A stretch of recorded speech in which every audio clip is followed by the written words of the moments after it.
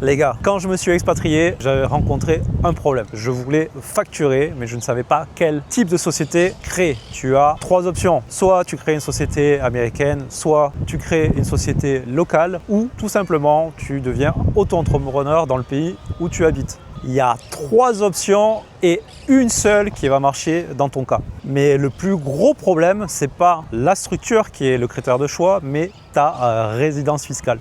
Et ça, la plupart des gens le découvrent trop tard. Moi, c'est Alex, expatrié depuis plus de 3 ans en Amérique du Sud. Je vais tout t'expliquer dans cette vidéo, reste bien jusqu'à la fin. Allez, on commence par la structure locale. Qu'est-ce que ça veut dire créer une structure locale? C'est créer une société dans le pays où tu t'expatries.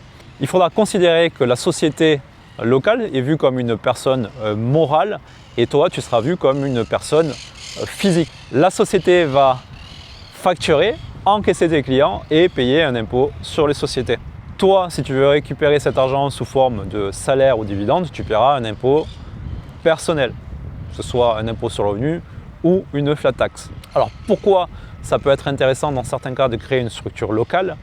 C'est que dans certains pays où tu vas t'expatrier, l'impôt sur les sociétés est très bas. Et je vais te citer quelques exemples. Tu as par exemple la Géorgie qui a une structure appelée IE où tu es imposé à 1% jusqu'à 170 000 euros de chiffre d'affaires sur ta société, en impôt sur les sociétés, et ensuite tu récupères cet argent au niveau personnel. Aussi, la Géorgie, c'est intéressant si tu y habites, c'est qu'au niveau du banking, c'est excellent, tu ouvres des comptes très facilement et les banques sont solides et tu crées ta société en moins de 3 jours. Tu as aussi la Roumanie où jusqu'à 250 000 euros, donc sur une structure appelée SRL, tu payes entre 1 et 3% d'impôt sur les sociétés. Et si tu veux récupérer cet argent, tu as une flat tax de 10% au niveau personnel. Et aussi, donc, les frais de création de société en Roumanie sont très faibles, hein, c'est entre 500 et 1000 euros, ce qui reste assez correct. Alors pourquoi avoir une structure locale? Quels sont les avantages? Déjà, tu es protégé juridiquement. Si un client est mécontent ou porte plainte, ça sera contre ta société et pas contre ta personne. Ensuite, au niveau du fisc local, tu es propre, tu es limpide, tu peux gérer facilement ta comptabilité. Et les désavantages, c'est que si tu veux t'expatrier, eh bien, ça n'a aucun intérêt d'avoir une structure dans ton ancien pays d'expatriation. Et ça, c'est pas très flexible comme type de société. Il faut fermer la société, faire les dernières déclarations. Donc ça peut être très lourd. Je connais des gens, justement, ils ont mis 1 an pour fermer leur société dans des pays comme par exemple la Roumanie. Et reste bien jusqu'à la fin, je t'expliquerai dans quel cas il est intéressant d'avoir une structure locale vs les autres types de sociétés. Et justement, on enchaîne avec la LLC américaine. Donc il y a la LLC américaine. Qu'est-ce qu'une LLC américaine? Déjà, c'est une société américaine donc qui peut être de type S-Corp, C-Corp ou Disregarded. Et c'est ce dernier type de société qui nous intéresse. La société LLC Disregarded, c'est une société qui est transparente. Ça veut dire qu'elle est transparente au niveau de l'IRS, le fisc américain. Pourquoi elle est considérée comme transparente? Parce que tu n'as pas de bureau, ni d'employés, ni de résidence aux États-Unis. Donc c'est-à-dire que si tu vis dans un pays autre que les États-Unis, tu peux très bien créer une société LLC aux États-Unis en ligne très facilement, en moins de 5 jours. Ce qui veut dire que tu vas payer 0% d'impôt aux États-Unis. Mais attention, c'est 0% d'impôt aux États-Unis, mais tu vas devoir payer ton impôt dans ton pays de résidence. Tu dépends toujours de ton pays de résidence. Et tu vas être taxé au niveau de ta personne, donc selon l'impôt sur le revenu de ton pays de résidence. Et je vais te donner 2 exemples qui sont opposés. Donc par exemple, tu as le Paraguay qui a une fiscalité territoriale, donc tu peux très bien créer une LLC, facturer tes clients étrangers et être imposé à 0% sur ta personne parce que les revenus venant de l'étranger ne sont pas imposés. De l'autre côté, tu as l'Espagne, tu peux très bien créer une LLC tant que tu la déclares au fisc espagnol, mais tu vas être imposé au niveau de ta personne. Il y a des cas où c'est pas du tout intéressant de créer une LLC. Surtout qu'en ayant une LLC, c'est pas parce que tu payes 0% d'impôt aux États-Unis que la société est transparente que tu ne dois pas faire certaines déclarations.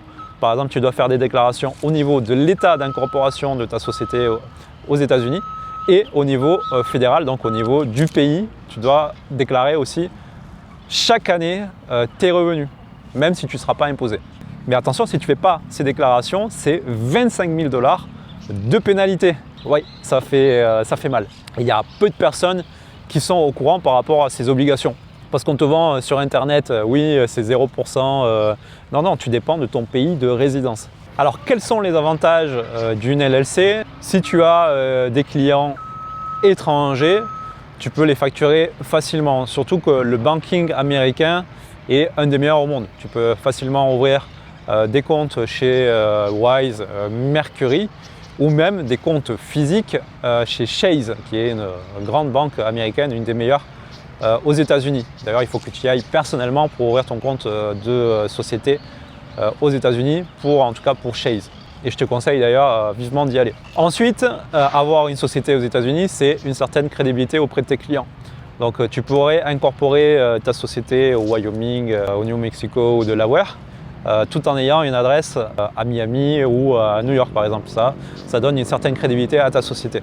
Et enfin, le point super important, c'est la flexibilité. C'est-à-dire que si tu déménages, si tu vas dans un autre pays, tu peux garder ta LLC et tu seras toujours imposé dans le pays où tu résides. Donc ta société te suit partout, ton historique te suit partout avec ta société. Et enfin, la dernière structure, c'est plutôt le statut d'auto-entrepreneur qui est un statut très facile à ouvrir. En moins de 48 heures, tu peux créer ce type de statut là où tu résides en général. Alors avec ce statut-là, tu n'as pas vraiment de personne morale. Tu factures en tant que personne. Donc tu n'as pas de séparation juridique entre une société et toi. C'est toi, ta personne, qui a toutes les responsabilités. Alors ce qui est intéressant avec ce statut-là, c'est que c'est très rapide. Par exemple l'Espagne, donc tu peux créer ton statut d'autonomo en 48 heures. Tu factures tes clients, c'est simple, c'est limpide, la facturation est facile, la comptabilité est aussi facile. Par contre, tu ne peux pas avoir réellement de frais de société comme tu pourrais le faire avec une société et déduire une partie de la TVA. Donc c'est le statut le plus simple si tu factures très peu. Mais je pense qu'au-delà de 3 000 € par mois de facturation, tu te fais démonter. Typiquement en Espagne, vu que tu es imposé au niveau de ta personne, on revient encore sur le barème progressif de l'impôt sur le revenu. Donc c'est entre 19 et 47%, plus les cotisations sociales. Alors maintenant, je vais te donner la réponse à la question que tout le monde se pose. Dans quel cas donc créer une structure locale ou dans quel cas créer une LLC? Bien déjà, pose-toi la question, où sont mes clients? Si tes clients sont des clients locaux, je te conseille vivement de créer une structure locale. Surtout qu'il y a des pays où l'impôt sur les sociétés est très bas, qui va de 1 à 3% ou même 10%. Et à ce niveau-là, c'est très intéressant. Tu gères aussi la comptabilité plus facilement et tu n'as pas de double déclaration à faire si jamais tu as une LLC. Également, c'est bien de créer une structure locale si l'impôt sur le revenu est très élevé au niveau personnel. Vaut mieux avoir une société avec peut-être un impôt sur les sociétés assez bas et pouvoir optimiser au niveau de la société, investir avec la société pour ensuite reverser des dividendes, par exemple. Et donc, dans quel cas créer une LLC? Si la majorité de tes clients sont étrangers, imaginons que tu factures en ligne, tes clients étrangers, tu vas souvent vouloir les facturer en dollars ou en euros, en francs suisses. Et pour ça, il va te falloir du banking, il va te falloir des banques correctes. Et peut-être dans le pays où tu habites, tu n'as pas forcément des banques solides. Et donc avoir une LLC dans ce contexte-là, c'est intéressant parce que le banking américain, comme je te disais, c'est très solide. C'est un des meilleurs au monde avec celui de Singapour. L'autre point, c'est encore plus intéressant d'avoir une LLC américaine si tu vis dans un pays à fiscalité territoriale, comme par exemple le Panama, le Paraguay. Tu as quelques pays comme ça où tu seras imposé à 0%.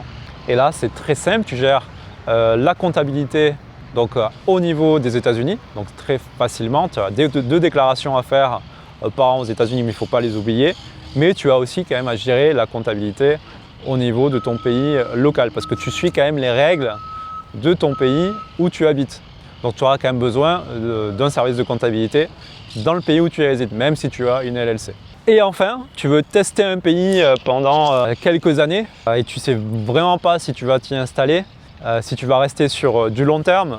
Dans ce cas, tu crées une LLC parce que c'est flexible. Donc si tu bouges, tu vas garder ta société et tu n'as pas trop à t'embêter avec une structure locale, à l'ouvrir et à la refermer. Encore une fois, sur ce point-là, la LLC gagne. Je te dirais que la structure locale gagne dans le cas où tu as un impôt sur la société très bas et que tu as des clients qui sont dans le pays. En général, c'est très intéressant. Ou tu as des statuts qui sont très intéressants, par exemple en Géorgie.